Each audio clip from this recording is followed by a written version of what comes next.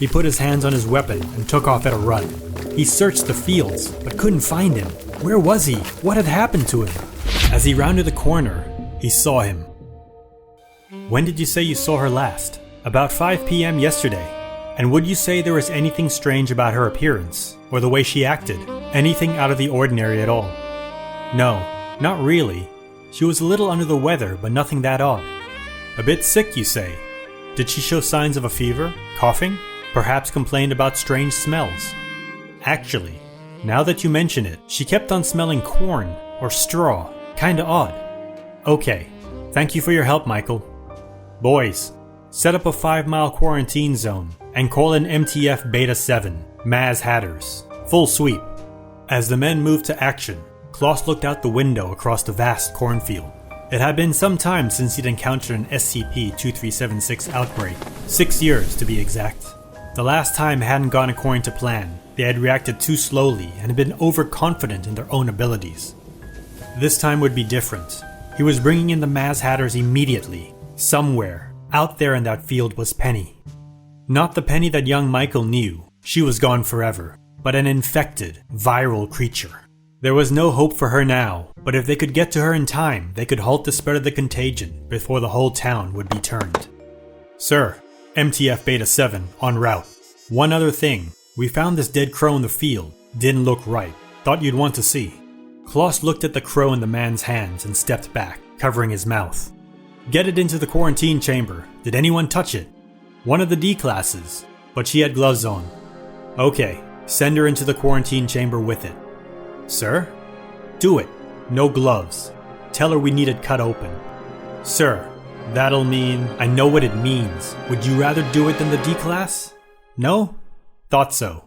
Proceed. The D class hesitantly entered the chamber. In front of her on a stainless steel table was a dead crow she had found earlier. They had left a scalpel on the table, but no gloves or other tools. Pretty odd, considering they always insisted on cleanliness. She walked over to the table and picked up the scalpel. She thought to herself, oh well, the sooner it's done, the sooner I can get out of here. She proceeded to cut open the crow. On the other side of the plastic, Kloss slowly nodded his head. It wouldn't take long now to confirm his suspicions. In fact, it had been a stroke of luck that they had found the crow. If the infection was inside the crow, it would quickly spread to the D class, and they could confirm beyond doubt that they had an outbreak of SCP-2376 on their hands. He watched as the D class waved that she was done, and agents in hazmat suits came in to remove the bird. The D class didn't understand why she couldn't leave the room. She would, soon enough. Kloss yawned as he made his way back to the quarantine chamber. 2 a.m. These things always had to happen in the dead of night, didn't they? Just like a bacterium to ruin your sleep. Hit the lights, let's see what we've got. As the bulbs flashed and came to life, Kloss took a step back. This was SCP-2376 alright, but he hadn't witnessed such a fast reaction before. It normally took days for the first symptoms to show up. To advance this far? A few weeks. It was evolving. This was a more potent strain. Inside the chamber, propped up as if a wood scaffolding was holding her, was the D-Class. Her clothes, torn and tattered, straw protruding through the openings in her clothes. She stood motionless, her eyes resembling buttons, and her skin like burnt, old leather. She had turned into a scarecrow. MTF Beta 7, your orders, Dr. Kloss. Fan out. Grid pattern. Search that field.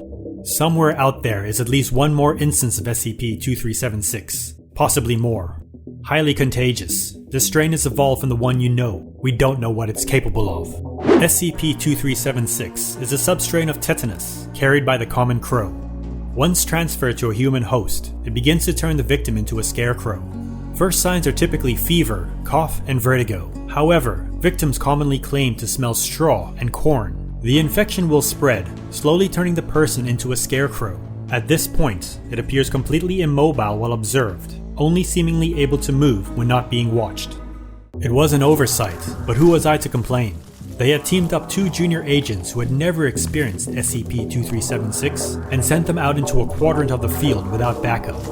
Probably not the wisest choice, but all previous encounters with SCP-23761 instances hadn't shown them to be hostile, and of course, they couldn't move while observed. They just had to avoid physical and airborne exposure to the bacteria, and they'd be fine. The cornfields were tall, too tall to see over. Luckily for them, there was a full moon tonight. As they moved forward, they heard a faint cry. They stopped, looked at each other and signaled the sound had come from the east. They pushed through the thick corn, unable to see more than a few inches in front of them. They came to a sudden stop. Just in front of them appeared to be something humanoid, standing in the cornfield. As they pushed the corn aside, they saw a scarecrow with its head leaning to the side. However, this one was stood up upon a wooden stake. They had been advised that there were actual non-anomalous scarecrows throughout the field. After all, this was a farm. The agents breathed a sigh of relief and turned back, moving towards the original path before they had diverted. Somewhere, behind them, they heard a rustle of corn. The agents halted, looking at each other. Nah, couldn't be. That thing was staked upright. It wasn't the little girl. They nervously smiled and continued on. They heard it again. This time the second agent turned around. Feet behind him, and the path they had created was the scarecrow. They had been wrong. It must be the little girl. Okay, let's do this. You grab the left side, I'll cover you. His partner nodded and slowly moved towards the scarecrow. As he passed below it, he swore he felt its bun eyes move. Did you see that? Its eyes. They looked at me. Relax, it's just the adrenaline getting to you. It can't move while you watch it. The agent nodded as he got around the back of the scarecrow and looked for a place to lift it. Hey man, I need a hand. There's nothing here to grip. Hey, I said give me a hand. He peered around the scarecrow, but nobody was there. Where was his partner? He'd only taken his eyes off him for a moment. Oh jeez, there must be more of them out here. He put his hands on his weapon and took off at a run. He searched the fields, but couldn't find him. Where was he? What had happened to him? As he rounded the corner, he saw him. His partner was facing away, kneeling on the ground. You alright? No response. He leveled his weapon at him. Answer me, man.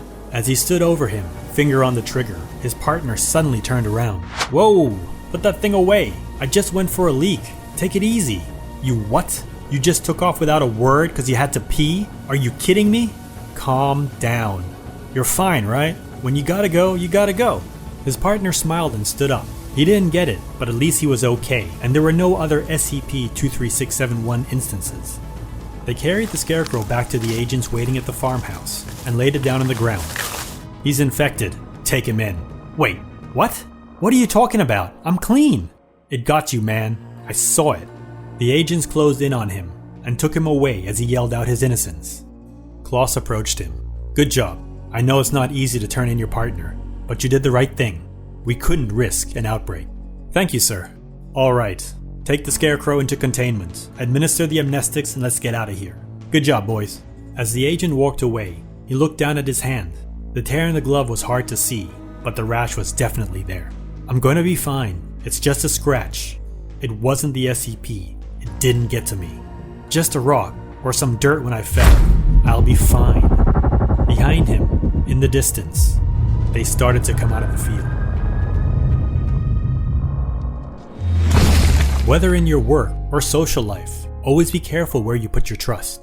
Even your closest ally can turn into an enemy when their own life is at risk. As always, have a care and remember to subscribe, like, and share, if you would. Until next time, farewell.